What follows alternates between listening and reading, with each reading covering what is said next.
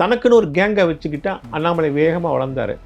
அண்ணாமலை வந்து எந்த கட்டத்துலேயும் கேசவ விநாயகத்துக்கு சலாம் போடுறதோ அவரை நமஸ்தே ஜின்ட்டு போயிட்டே இருப்பாராம். இவரை வந்து கன்சல்ட் பண்ண மாட்டார், எதுக்கும் பேச மாட்டார், இவர்கிட்ட ஒன்றும் வச்சுக்க மாட்டார். அதனால் ஆரம்ப காலத்துலேருந்து 2 பேருக்கும் ஒரு பனிப்போர் வந்துருச்சு. அண்ணாமலையை டேமேஜ் பண்ணதே இவர் தான். அவரை பற்றி விசாரிக்கும் போது நிறைய பேர் கொதித்து பேசுகிறாங்க. அவரை பற்றி பாசிட்டிவாக பேசுகிறவங்க ரொம்ப கம்மி, நெகட்டிவாக பேசுகிறவங்க நிறைய பேர் இருக்காங்க. அவர்கிட்ட நம்ம வந்து ரொம்ப கேர்ஃபுல்லாக டீல் பண்ணோம். அவரை நீங்கள் வந்து எந்த நியாயமான விஷயங்களுக்கும் முறைச்சிக்க முடியாது. அவர் எந்த போக்கில் போகிறாரோ அவரோட போயிடணும் அப்படின்னு சொல்கிறாங்க. காரணம் வந்து திருச்சி சூர்யா என்ன சொன்னார்னா, இந்த ஆள் இருக்கிற வரை இந்த கட்சி உருப்படாது, இந்த கட்சியை வந்து விளங்காது அப்படியே சொல்லிட்டு வெளில வந்தார். ஆனால் வந்து எந்த காலகட்டத்திலையும் அவங்க வந்து கேசவை வந்து தூக்கிடலாம் அப்படின்னு நினைக்கல அவங்க. ஏன்னா அவங்க வந்து ஆர்எஸ்எஸோடைய பர்மிஷன் இல்லாமல் பிரதமரே நினச்சா கூட அவரை தூக்க முடியாது. என்கிட்ட தகவல் சொன்ன அந்த மாநில பொறுப்பில் இருக்கிறவர் சொன்னார், 11 வருஷமாக இந்த கட்சியை பிடிச்சி பிசாசு போயிடுச்சுங்க. நாங்கள்லாம் தீபாவளி மாதிரி வெடி வெடித்து கொண்டாட தான் நினச்சோம், ஆனால் கொண்டாட முடியாது.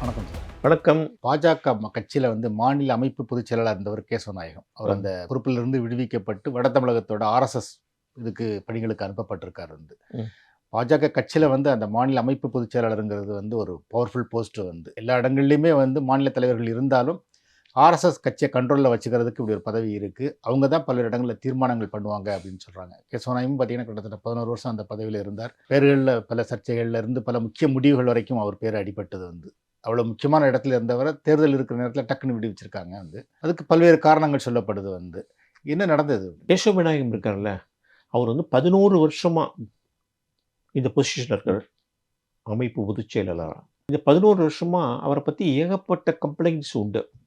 இப்போ அண்ணாமலைக்கு முன்னாடி தமிழிசை இருந்திருக்காங்க, முருகன் இருந்திருக்காரு. அந்த காலத்துலேருந்தே சொல்கிறேன் நான், நிறைய கம்ப்ளைண்ட்ஸ் உண்டு. ஆனால் அவர் யாருமே ஒன்றும் பண்ண முடியல. ஏன்னா அவர் ஒரு அசைக்க முடியாத சக்தியாக இருந்திருக்காரு. கம்ப்ளைண்ட்ஸ் நிறைய உண்டு. ஆனால் அவருக்கு வந்து அவ்வளோ செல்வாக்கு நாக்பூரில் இருந்தது. ஆர்எஸ்எஸ் தலைமையகம் நாக்பூரில் இருந்தது. மோகன் பகவத்தோடைய டைரக்ட் கருணை பார்வையில் அவர் இருந்தார். அதனால் அவர் யாராலும் ஒன்றும் செய்ய முடியாது.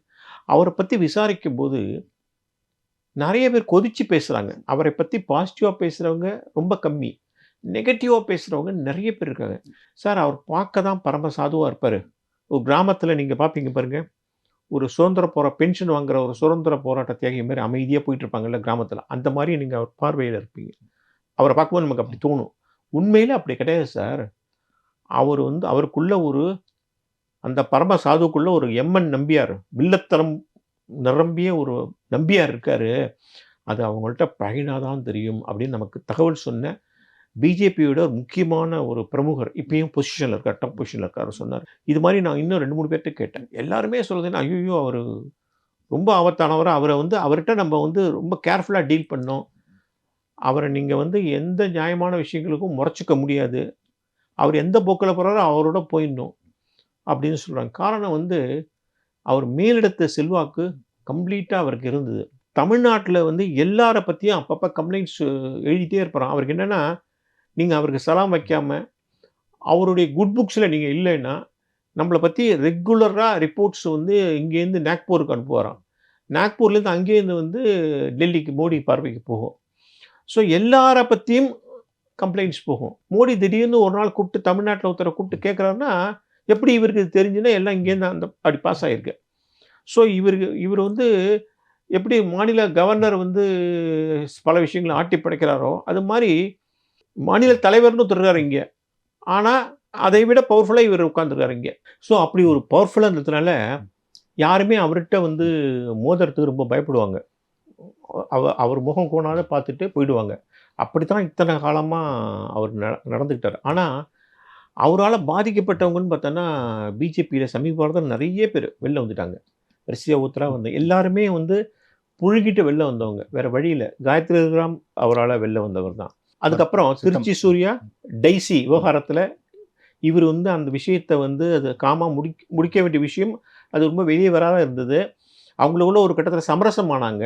இவர் அதை வெளியில் ஊதி விட்டு கொஞ்சம் பெருசு பண்ணிட்டார். இவர் வேற வழி இல்லாமல் அவங்க கட்சியை விட்டு வெளில வர லெவலுக்கு பண்ணிட்டாங்க. அப்போ கூட திருச்சி சூர்யா என்ன சொன்னார்னா, இந்த ஆள் இருக்கிற வரை இந்த கட்சி உருப்படாது, இந்த கட்சியை வந்து விளங்காது அப்படியே சொல்லிட்டே வெளில வந்தார். அந்த அளவுக்கு பல பேரை பாதிச்சிருக்காரு. அது மாதிரி வெவ்வேறு விஷயங்கள் சொல்லலாம். அதாவது இவர் என்ன செய்வார்னா, கட்சியில ஒருத்தருடைய வீக்னஸ் தெரிஞ்சு அந்த வீக்னஸ் என்னங்கிறத கண்டுபிடிச்சு, அதுக்கு ஏதாவது வீடியோ ஒண்ணு எடுத்துட்டு வா, நம்ம அத ஆதாரத்த வச்சுட்டு மிரட்டலாங்கிறது. யாரோ ஒருத்தருக்கு ஒரு வீக்னஸ் இருக்கு, ரெகுலரா வெளியில போறாரு, தப்பு தண்டை பண்றாருன்னா, அந்த வீடியோஸ் எடு. அந்த வீடியோஸ் என்ட்ட குடுத்துரு. நான் உன்ன நல்லா கவனிக்கிறேன். ஸோ எதிரிகளை இவர் பழி வாங்குறதுக்கு அவர் வந்து அவர் நடத்துற வில்லத்தனம் ரொம்ப இன்ட்ரெஸ்டிங்கா இருக்கும். இந்த மாரி பல பேருக்கு பல மாரி வில்லத்தனம் பண்ணியிருக்காரு. வில்லத்தனம் பண்ணி அந்த வீடியோஸ வேணுன்ட்டே இவரே வந்து சோசியல் மீடியால விட்டுற வேண்டியது. இவரே கசிய விட்டுருவாரு. இப்போ நீங்க சொன்ன மாதிரியே வந்து ஏற்கனவே தமிழிசை இருந்தாங்க, அப்புறம் முருகன்லாம் இருந்தாருன்னா கூட, அவங்க காலங்கள்ல பெரிய அளவுல தலைவர்களுக்கும் இவருக்கும் வந்து ஒரு போட்டி உருவாகல வந்து. ஆமா. ஆனா அண்ணாமலை வந்த பிறகு இவருக்கும் அண்ணாமலைக்கு நடுவுல வந்து ஒரு பனிப்போர் உருவாச்சு இருந்தது. இப்போ கேசவநாயகம் நீக்கப்பட்டிருக்கிறதுல கூட அண்ணாமலையோட பங்கு இருக்குன்னு சொல்றாங்க. ஏன்னா நீங்க அந்த 72 பொறுப்பாளர்கள் லிஸ்ட் ஒண்ணு வெளியிட்டாங்க. அந்த ஆமா. அது வந்து கேசவநாயகம் தான் பண்ணாருன்னு சொல்றாங்க. அதுல அண்ணாமலைக்கு ஒரு 6 சட்டசபை தொகுதிகள் பொறுப்பு ஒதுக்கி இருந்தாங்க வந்து. உடனே அவர் வந்து ஆ. எங்க அப்பாவுக்கு சோம் இல்ல, நான் போறேன் அப்படின்னு சொல்லி ஒரு இது பண்ணாரு. வெளில வந்துட்டார். ஆமா. இப்போ அப்பாவுக்கு சரியாயிடுச்சா இல்லையான்னு தெரியல. நேத்துக்கு பேட்டி கொடுத்திருக்காரு வந்து, திரும்ப அவருக்கு பொறுப்புகள்லாம் கொடுத்துருக்காங்க. கேசவநாயகம் நீக்கப்பட்டதுல எனக்கு சம்மந்தம் இல்லைங்கிற மாதிரி சொல்றாரு. அதே நேரத்துல வந்து அவர் வந்து ஒரு ஆக்டிவிஸ்ட், அவர் அரசியல்வாதி கிடையாது அப்படின்னு சொல்றாரு. இல்ல அது வந்து அப்படிதான் சொல்லணும். ஏன்னா அந்த கட்சி கட்டுப்பாட போய் மீறக்கூடாது. எல்லாரும் என்ன சொல்றாங்க? அது ரொட்டீனா நடக்கிற விஷயம் தான். ஆர்எஸ்எஸ்லேருந்து சில பேர் இங்க வருவாங்க, அமைப்பு செயலர் வருவாங்க. அதுக்கப்புறம் ஆர்எஸ்எஸ் வேணும்னா திருப்பி அழிச்சுப்பாங்க. இதுல வந்து நீங்க உள்ளுக்குள்ள போய் வேற ஒரு கதைய நீங்க தேட வேண்டாம். அதெல்லாம் ஒண்ணுமே கிடையாது. அப்படின்னு தான் சொல்றாங்க. அண்ணாமலையும் அப்படிதான் சொல்றாங்க. ஆனா ஆரம்பத்துல அண்ணாமலை எப்ப வந்து தலைமை பதவி ஏத்துக்கிட்டாரோ, அப்பையிலேருந்தே இவருக்கும் அவருக்கும் ஒத்துக்க வரல. ஏன்னா அண்ணாமலை ரொம்ப இண்டிபெண்டன்ட் மேன். அவர் வந்து தன்னை முன்னிலைப்படுத்திக்கிறவர். ஒரு கட்சி அமைப்புக்கு அவர் கட்டுப்பட மாட்டாரு அண்ணாமலை. தான் வந்து ஒரு தனி பர்சனாலிட்டின்னு நெனைப்பாரு. தனக்கு ஒரு இமேஜ் வேணும்னு நெனைப்பாரு. அத வேகமா வளர்த்துக்கிட்டாரு. அதுக்கு தனக்கு ஏத்த அமர் பிரசாத் ரெட்டி மாரி சில பேர சேர்த்துக்கிட்டாரு அவரு. அவருக்கு ரொம்ப க்ளோஸா உள்ளவங்கலாம். தனக்குன்னு ஒரு கேங்க வச்சுக்கிட்டா அண்ணாமலை வேகமா வளர்ந்தாரு. அண்ணாமலை வந்து எந்த கட்டத்திலயும் கேசவ விநாயகத்துக்கு சலாம் போடுறதோ, அவர நமஸ்தே ஜின்ட்டு போயிட்டே இருப்பாராம். இவர வந்து கன்சல்ட் பண்ண மாட்டாரு. எதுக்கும் பேச மாட்டாரு. இவர்ட்ட ஒண்ணும் வச்சுக்க மாட்டாரு. அதனால ஆரம்ப காலத்துலேருந்தே 2 பேருக்கும் ஒரு பனிப்போர் வந்துருச்சு. அண்ணாமலைக்கும் இவருக்கும் ஒரு பனிப்போர் அல்லது ஒரு நிழல் யுத்தம் அது ஆரம்பத்துலேருந்தே இருக்குது. அண்ணாமலைக்கு எதிரா சில காயின நவுத்துறது. அண்ணாமலை வந்து இங்க என்ன பண்ணிட்டுருக்காரு? அண்ணாமலை வந்து ஃபைனான்ஷியலா என்னென்ன வேலை செய்றாரு?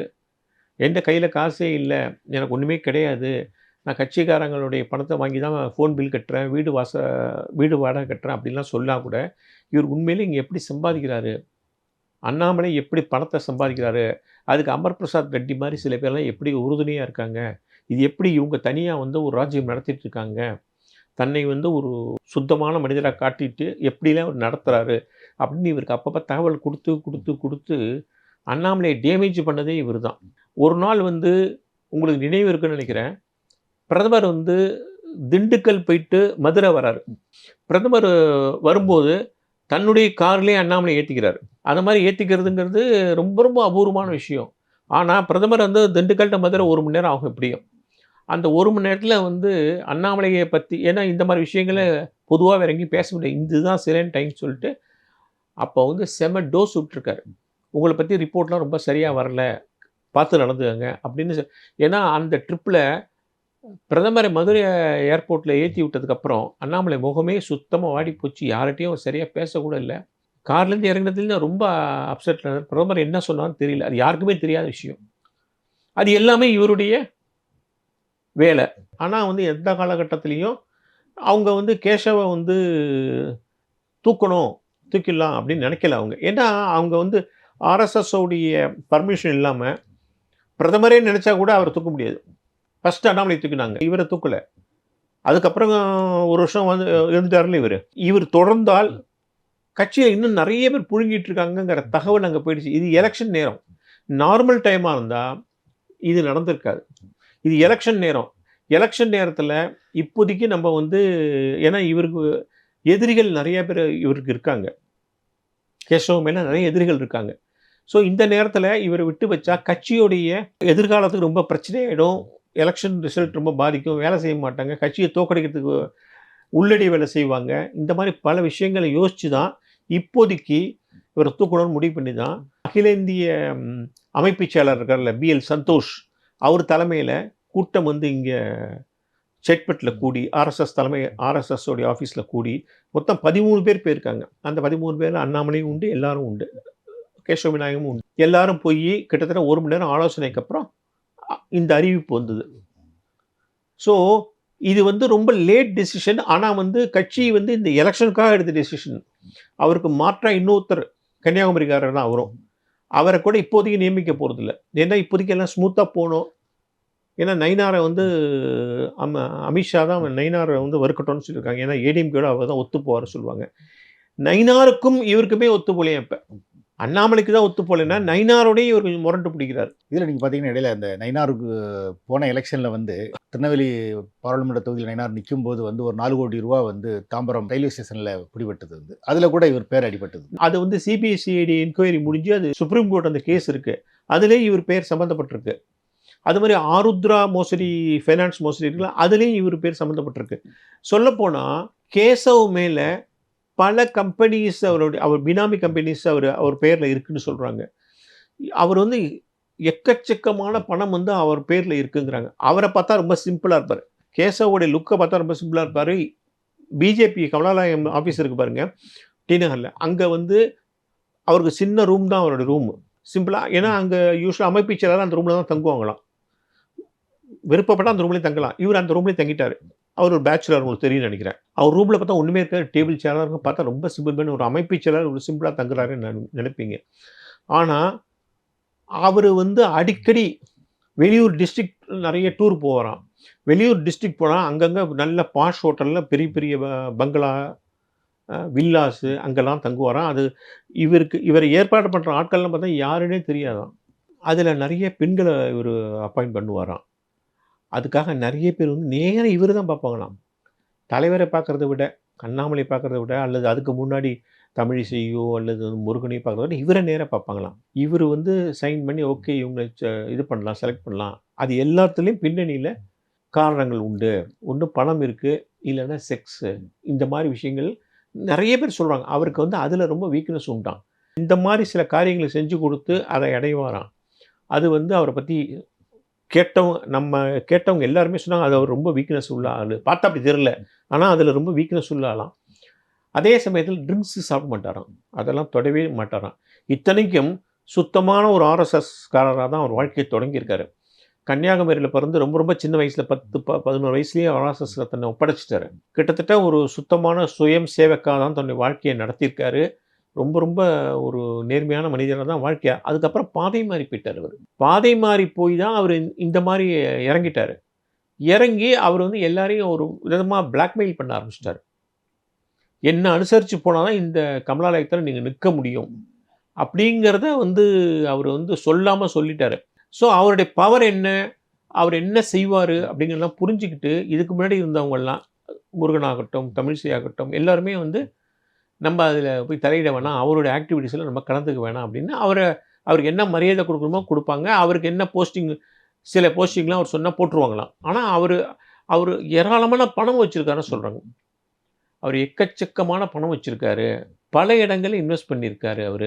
ஆர்எஸ்எஸ் சுயம் சேவக்களை பற்றி சொல்லும்போது வந்து அவங்க இந்த மாதிரி பண்ண மாட்டாங்க. அவங்க வந்து ஒரு ஆமாம், ஆர்எஸ்எஸ் பற்றி சொல்லும்போது நிறைய பேர் வந்து இன்னும் அவங்கள்ட்ட ஒன்றுமே இருக்காது, சும்மா 10 வேஷ்டி 10 சட்டை காமராஜர் மாதிரி ஒரு வாழ்க்கை வாழ்ந்துட்டு போயிட்டாங்க அப்படி தான் சொல்லுவாங்க.